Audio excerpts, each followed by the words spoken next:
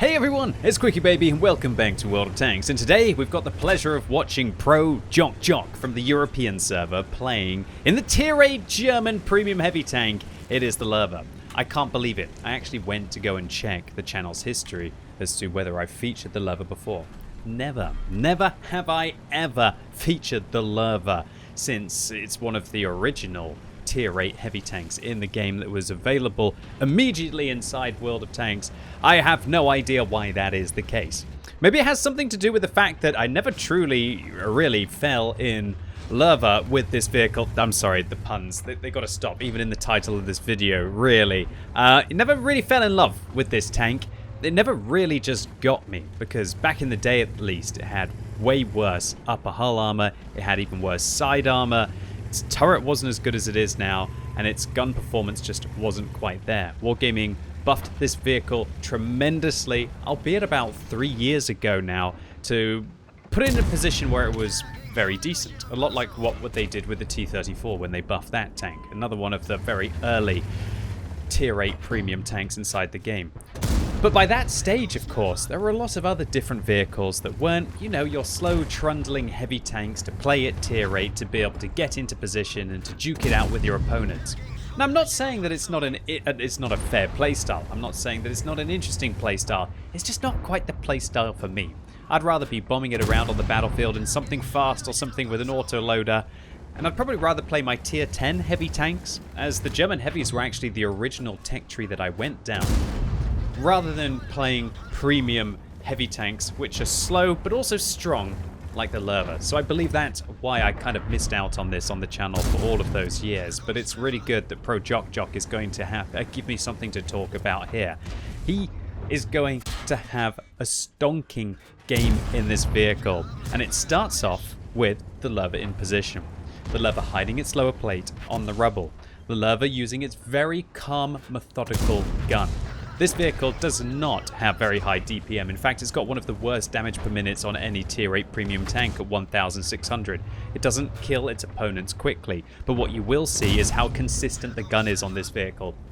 The standard penetration is 234, so even the buffed weak point of the KV-4 that you see there is no match for the LÖWE's decent penetration, and round after round after round goes into the top weak point of the KV-4 that, even though it's been buffed, just really couldn't stand up to it. And that's really where the LÖWE is great. The LÖWE is great frontally. The LÖWE is great when it's hiding its lower plate, and it has a very consistent gun. If you elect to fire gold rounds on this vehicle as well, your penetration goes up to a very healthy margin. 294 millimeters of penetration, and your shell velocity increases to 1,400 meters a second from a respectable 1,150 on the standard rounds on this tank. So the LÖWE, it's just dependable, a lot like a T-34. It's not wild, it's not flailing itself all over the place. It wants to be in the hands of a calm, methodical player who can make really good plays like this. Holy moly, that's one of the best sneaky shots I've ever seen in World of Tanks, right through the side there. A pixel between the top of the reticle there and being able to go into the IS. And yeah, Jock makes it work. He absolutely annihilates the Tier 7 heavy through with an incredible sneaky shot that only a decent player of World of Tanks would have been able to look through. So Jock already flexing his knowledge of Himmelsdorf and his tenacity to be able to try and find a position like that to turn it around on the opponents.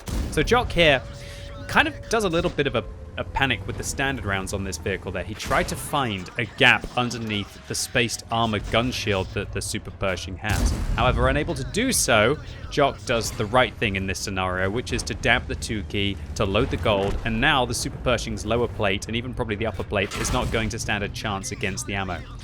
Now, Jock does something pretty cool here. He gets himself out of harm's way with a fairly nasty crossfire that could have developed. That Peter, the Tier 7 Italian medium tank, had the side of Jock's armor, and that meant that he couldn't really avoid taking shells from either way. And it's a blooming good thing he got out of there as well, because do you see that Borask who just came around the corner? And also the 45 TP on the enemy team. Well played to Jock to fall back there and actually then turn the crossfire around on his opponents while also bouncing the Super Pershing. That was a game-changing play. This game would have 100% been lost, as we're going to see, if Jock had not had the awareness of where the enemy team were likely to come from. And sure, he took one shot, getting out of harm's way and getting behind the wreck of the Carnarvon that he created earlier, but in doing so just completely changed his team's opportunity in this round on Himmelsdorf. Now up to 5,000 damage, having secured 3 kills, shutting down the Super Pershing on the enemy team, and hopefully now able to also finish off the 45 TP with a good shot in through the side of the vehicle. It's starting to look pretty good for Jock here. Well, when I say pretty good, it's never good when you are stuck in a 1 versus 5 scenario against 2 equal tier tanks and 3 vehicles that are 1 tier lower. But it looks like that's going to change into a 1 versus 4 immediately. Not the highest damaging shot there on the Super Hellcat, with 1 damage submitted to the tier 7 American turreted tank destroyer. But just absolutely pixel perfect plays here by Jock. And this is something that you have to do in the LÖWE. It doesn't have that wild rate of fire. It's not going to be able to handle a situation which you didn't expect. You're not going to be able to blaze your way out of it, and something like a Borask or even the 45 TP on the enemy team is going to be able to do some serious damage to you as you slowly whittle them down. Now, Jock is actually loading high explosive rounds here against the tier 7 American Scorpion. Oh dear, that one went underneath the gun shield of the Scorpion and over the hull armor after the first one got absorbed, I believe, into the Störer Mill or in the Scorpion G on his team. That one, however, 435. Well, that's one way to increase the abysmal damage per minute of the LÖWE. And I didn't realize the high explosive rounds on this tank are so darn good. Oh my lord, that was just lag right there. Poor Jock. It looks like Wargaming servers are against him, and that can't be the case when you're in a 1 versus 4 scenario. But quickly down to a 1 versus 3, and I'm sure that Jock is very happy to have taken out the tier 8 Japanese medium tank, because again he was going to get himself into a crossfire on the streets of Himmelsdorf with a Störer Mill with a big 128mm about to get behind the vehicle. Now with 487 hit points, that means Jock is pretty much a 50-50 whether the Störer Mill or even the Scorpion who's above him trying to shoot down is going to kill him with a single shot. Jock is going to decide to reverse side scrape round the corner and put another high explosive round in there for 436. I did not realize the HE rounds on this tank were so good. They've got 60mm of pen, 420 alpha damage, and 1,150 shell velocity, which is actually the same as the standard rounds on this tank. Maybe I want to be dusting off this tank and giving these HE rounds a little bit of a go against some of the weakly armored vehicles. Oh, Jock, a little bit of tensions flaring there. But also, maybe you could have been able to splash the lightly armored German tank destroyer. Clearly, there's one Scorpion capping. There's one Scorpion above him on a hill, although that's a completely different animal there. That is the tier 8 German tank destroyer with that 128mm. As he shuts down the Störer Mill, which uses the same gun but at a lower tier, and Jock penetrating another high explosive round here. One of the best things about the LÖWE by the looks of it is the variety in the ammunition and the fact that it can carry 80 rounds, giving it a potential damage of 25,000. So you can take all of the ammunition to be able to kill the enemy team multiple times over. It's always nice to be able to either choose the AP, the APCR, or the high explosive rounds. Unlike on my IS-4, for example, which I've been noticing recently, sometimes I really would love to have some extra heat or extra high explosive. Those kind of limited tanks with regards to their ammunition loadout are oh so frustrating when it's premium vehicles as well, because the last thing that you want is to be in a really good matchup wasting premium rounds as you've run out of standard ammo, or to be in a bad matchup and not having any of the premium rounds to be able to handle those tier 10 tanks. Alright, Jock, here we go. 385 hit points on the tier 7 American Scorpion there. The high explosive round on this vehicle, unless it low rolls significantly, will be able to shut it down. And the Scorpion comes back out and Jock clutch shots it on the move backwards. Now, this is it. This is the 50-50 right at the end of the game, ladies and gents.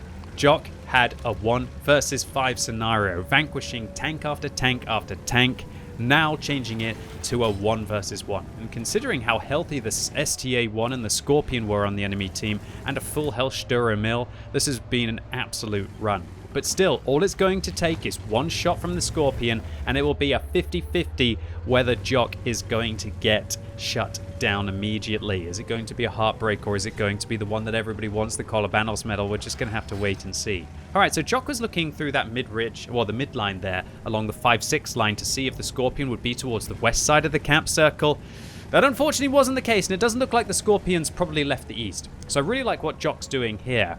He was last spotted in that kind of D8 area. If I was the Scorpion, I would expecting that Jock would be making their way along the streets through here. So if I was the Scorpion, I'd probably be here facing this way, expecting Jock to come from those directions. Jock, on the other hand, has flanked round completely and will be approaching from the B-AB line instead. Jock now side-scraping out round the corner, puts a high explosive round into the barrel of the IS. Oh dear goodness. Now the Scorpion knows where Jock is. He's turning his gun towards him, but overturns the gun, and that allows Jock to be able to penetrate a high explosive round, although it practically min-rolls there against the Scorpion.